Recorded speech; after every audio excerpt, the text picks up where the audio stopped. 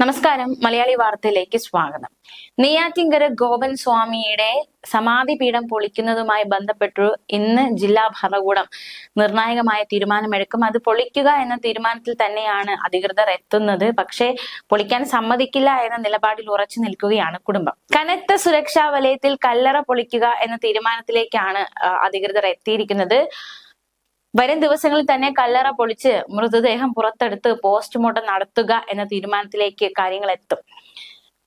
മാത്രമല്ല, കഴിഞ്ഞ ദിവസം ഗോപൻ സ്വാമിയുടെ കുടുംബത്തെ പോലീസ് സ്റ്റേഷനിൽ വിളിച്ചു വരുത്തി അവർക്ക് കാര്യങ്ങൾ ബോധ്യപ്പെടുത്തി കൊടുത്തിരുന്നു. എന്തായാലും ഇന്ന് രാവിലെ മകൻ മാധ്യമങ്ങളോട് പ്രതികരിച്ചിട്ടുണ്ട്.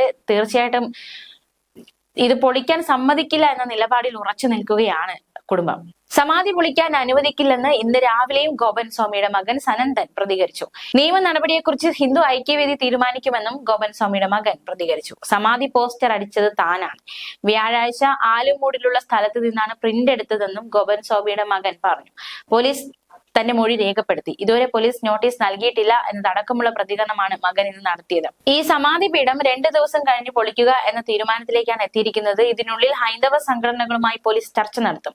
കുടുംബാംഗങ്ങളുടെ മൊഴിയിൽ വൈരുദ്ധ്യമുണ്ട്. അതുകൊണ്ട് തന്നെ കല്ലറ പൊളിച്ച് പരിശോധന നടത്തണമെന്ന് സംഘടനകളുമായി ഇന്നലെ നടന്ന പ്രാഥമിക ചർച്ചയിൽ സബ് കളക്ടറും പോലീസും അറിയിച്ചിട്ടുണ്ട്.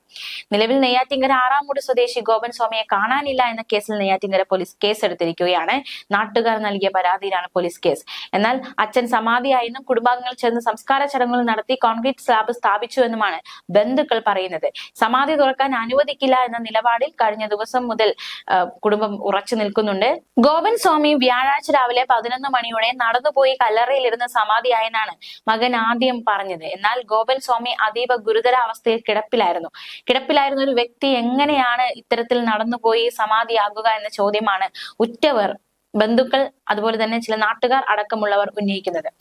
വീട്ടുകാരുടെയും അടുത്ത ബന്ധുക്കളുടെയും പരസ്പര വിരുദ്ധമായ മൊഴിയാണ് പോലീസിന് മുന്നിലുള്ളത്.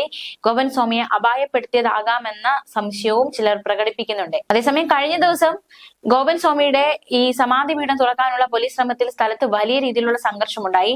ഗോപൻ സ്വാമിയുടെ ഭാര്യ, മക്കളും മരുമകളും സമാധി സ്ഥലത്ത് കിടന്നു പ്രതിഷേധിച്ചു.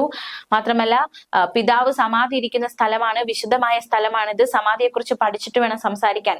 പോലീസിന്റെ നടപടി ഏകപക്ഷീയമാണ്. ഞങ്ങളുടെ മരണത്തിന് ശേഷമേ കല്ലറ പൊളിക്കാൻ കഴിയൂ എന്നതടക്കമുള്ള വലിയ രീതിയിലുള്ള പ്രസ്താവനകളും പ്രതികരണവുമായിരുന്നു പ്രതിഷേധത്തിനിടെ മകൻ നടത്തിയത്. എന്നാൽ ദുരൂഹ സമാധി പൊളിക്കുമെന്ന് സബ് കളക്ടർ OV ആൽഫ്രഡ് പറഞ്ഞു. നിയമ നടപടിയുമായി മുന്നോട്ട് പോകുമെന്നും കല്ലറ എന്ന് പൊളിക്കണം എന്നുള്ള തീരുമാനം ഇന്നെടുക്കുമെന്നും സബ് കളക്ടർ കഴിഞ്ഞ ദിവസം മാധ്യമങ്ങളോട് പറഞ്ഞു. എല്ലാം നിയമപരമായിട്ടാണ് മുന്നോട്ട് പോകുന്നത്. ജില്ലാ ഭരണകൂടത്തിന്റെ ഭാഗം കുടുംബത്തെ അറിയിച്ചിട്ടുണ്ട്. കൂടുതൽ ക്രമസമാധാന പ്രശ്നങ്ങൾ ഉണ്ടാകാതിരിക്കാൻ വേണ്ടിയാണ് ഇന്നലെ പൊളിക്കാതിരുന്നത്. ഇനി ഒരു ചർച്ചയുടെ ആവശ്യമില്ല, എന്ന് പൊളിക്കണമെന്ന് നാളെ തീരുമാനിക്കും എന്നതടക്കമുള്ള പ്രതികരണം സബ് കളക്ടർ നടത്തിയിരുന്നു. സംഭവം മതപരമായ വിഷയമുണ്ടാക്കാൻ ജില്ലാ ഭരണകൂടം ശ്രമിക്കുന്നില്ല. ഇതിൽ ഉണ്ടായിട്ടുള്ള അസ്വാഭാവികത പുറത്തു കൊണ്ടുവരിക മാത്രമാണ് ചെയ്യുന്നതെന്നും സബ് കളക്ടറും പ്രതികരിച്ചിരുന്നു. എന്തായാലും ഇന്ന് തുറക്കുമോ ഇല്ലയോ എന്നാണ് ഏറ്റവും വലിയ ചോദ്യചിഹ്നം. തീർച്ചയായിട്ടും തുറക്കണമെന്ന ആവശ്യവുമായി കുറച്ചുപേർ ഒരു വശത്ത് നിൽക്കുന്നു. അത് തുറക്കാൻ അനുവദിക്കില്ല എന്ന നിലപാടിൽ ഉറച്ച് കുടുംബവും മറ്റു ചിലരും മറുവശത്ത് നിൽക്കുകയാണ്. എന്ത് സംഭവിക്കും എന്നതാണ് ഏവരും ഉറ്റുനോക്കുന്നത്. ന്യൂസ് ഡെസ്ക്, മലയാളി വാർത്ത.